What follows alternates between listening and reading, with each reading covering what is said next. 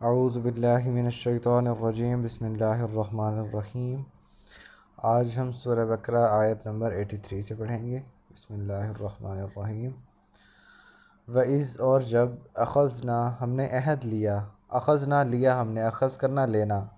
میثاقا ایک پکا عہد، بنی اسرائیل سے کیا عہد لیا کہ لا کوئی نہیں، تعبدون تم عبادت نہ کرنا، الا اللہ اللہ کے علاوہ کسی اور کی، وبالوالدین اور والدین کے ساتھ، احساناً احسان۔ عربی میں احسان کا مطلب ہوتا ہے کوئی بھی نیکی کا حکم، کسی بھی کام کو حکم دیا جا رہا ہے، اس کو احسن بہترین طریقے سے سر انجام دینا، اس کو کہا جاتا ہے احسان۔ وبالوالدین احسان، اور والدین سے اچھے طریقے سے پیش آنا، جتنا عمدہ طریقہ ہو سکے اس طریقے سے، یعنی وا کا مطلب اور، ذی القربہ، ذی کا مطلب والے قربہ، قرابت والے رشتہ دار، والیتامى اور یتیم، والمساکین اور مسکین، وقولوا اور کہو، للناس لوگوں کے ساتھ، کہو لوگوں سے، حسناً اچھی بات۔ یعنی بعض اوقات یتیم اور مسکین ہمارے سامنے کوئی سوال کرنے آ جاتا ہے، ہم اس کی عزت نفس مجروح دیکھتے ہیں، اس کو اپنے سے کمتر سمجھتے ہیں، اور اس سے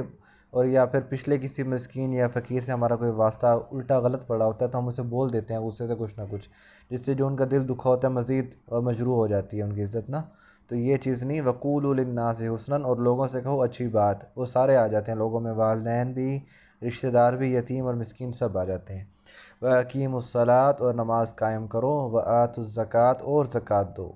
اللہ تعالیٰ نے یہ پکا وعدہ دیا تھا بنی اسرائیل سے کہ یہ کام کرنے ہیں، لیکن ثم اس کے بعد تولیتم تم نے پیٹھ پھیر لی، الا سوائے قلیلا منکم، قلیلاً تھوڑے، منکم تم میں سے، یعنی تم سب نے پیٹھ پھیر لی اور میرے احکام کو نہیں مانا سوائے چند لوگوں کے، وانتم اور ہو تم سب، معرضون اور تم سب اعراض کرنے والے، تم اعراض کرنے والے ہی تھے۔ وَإِذْ أَخَذْنَا اور جب ہم نے لیا، میثاقکم تم سے عہد، لا تسفکون تم نہیں بہاؤ گے، دماءکم خون کو، دماء کہتے ہیں خون کو، تم خون نہیں بہاؤ گے، ولا تخرجون اور نہ تم نکالو گے، انفسکم اپنے نفسوں کو، من دیارکم اپنے گھروں سے، ثم اس کے بعد اقررتم تم نے اقرار کر لیا، وانتم تشہدون اور تم اس پہ گواہ بھی ہو گئے۔ جو ہم نے تم سے عہد لیا تھا کہ زمینی میں خون نہ بہانا اور اپنے آپ کو گھروں سے نہ نکالنا اپنے گھروں سے، تم نے اقرار کیا اور تم گواہ بھی تھے، یعنی تمہاری تورات اور انجیل میں یہ چیز لکھی ہوئی ہے، تم گواہ ہو اس چیز کے۔ ثم اس کے بعد انتم تم ہؤلاء تم تو ایسے ہو، تقتلون کہ تم قتل کرتے ہو، انفسکم اپنے آپ کو، وتخرجون اور تم نکالتے ہو، فریقاً ایک فریق کو، منکم تم لوگ، من دیارہم ان کے گھروں سے، یعنی تم قتل بھی کرتے ہو، جس چیز سے روکا تھا وہی کرتے ہو، اور دوسرے فریق کو، ایک فریق کو ان کے گھروں سے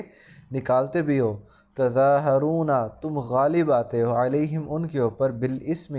گناہ کے ساتھ، والعدوان اور حد سے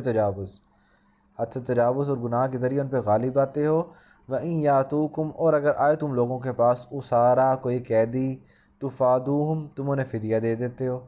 فدیہ دے کے چھڑا لیتے ہو، وَهُوَ مُحَرَّمٌ اور حالانکہ حرام تھا، محرم حرام تھا، علیکم تم پر، اخراجہم ان کا نکالنا،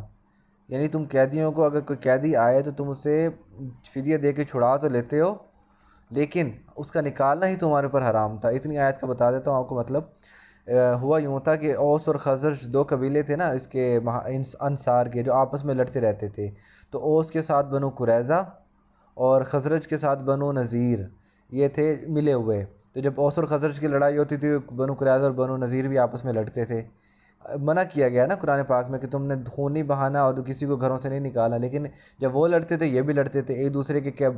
جو قیدی ہوتے تھے، پھر وہ، یعنی اگر بنو نذیر کا کوئی قیدی بنو قریظہ میں ہے تو وہ اسے فدیہ دے کے چھڑواتے تھے، اور اس کے متعلق کہتے تھے کہ ہماری تورات میں حکم ہے کہ جب بھی تمہارا کوئی قیدی بن جائے نا دوسرے قبیلے میں تو اس کو فدیہ دے کے چھڑا لو، اس کے میں کتاب سے یہ فتویٰ لے کے بات کرتے تھے، یعنی آدھی بات پہ ایمان لاتے تھے اور آدھی بات پہ ایمان نہیں لاتے تھے۔ جب یہ کہہ رہے تھے کہ بھی وَإِن یاتوکم اسارا تفادوہم، جب تم فدیہ دے کے قیدی آتا تھا فدیہ دے کے چھڑا لیتے تھے، حالانکہ ان کا نکالنا ہی تمہارے لیے حرام تھا۔ یہی تک، آگے انشاءاللہ آگے پڑھیں گے، آیت آدھی ہوئی ہے 85، کل انشاءاللہ آدھی اور پڑھیں گے۔ وَمَا عَلَيْنَا إِلَّا الْبَلَاغُ الْمُبِينُ۔